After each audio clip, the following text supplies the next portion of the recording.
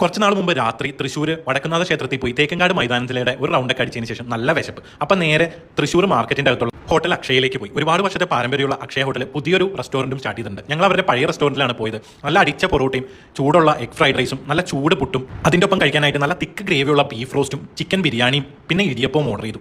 നല്ല സ്ട്രോങ് ചൂട് ചായ കുടിച്ചപ്പോൾ ഞങ്ങൾ എല്ലാവരും ഉഷാറായി. അത് കഴിഞ്ഞിട്ട് ഞങ്ങൾ ആദ്യം ട്രൈ ചെയ്ത് നോക്കിയത് അവരുടെ അടിച്ച പൊറോട്ടയാണ്. അത് മോക്ക് നന്നായിട്ട് ഇഷ്ടപ്പെട്ടു. അതിനുശേഷം അവരുടെ എഗ് ഫ്രൈഡ് റൈസ് ട്രൈ ചെയ്ത് നോക്കി. 160 രൂപയുടെ എഗ് ഫ്രൈഡ് റൈസിൽ അത്യാവശ്യം നല്ല ക്വാണ്ടിറ്റിയും നല്ല ടേസ്റ്റ് ഉണ്ടായിരുന്നു.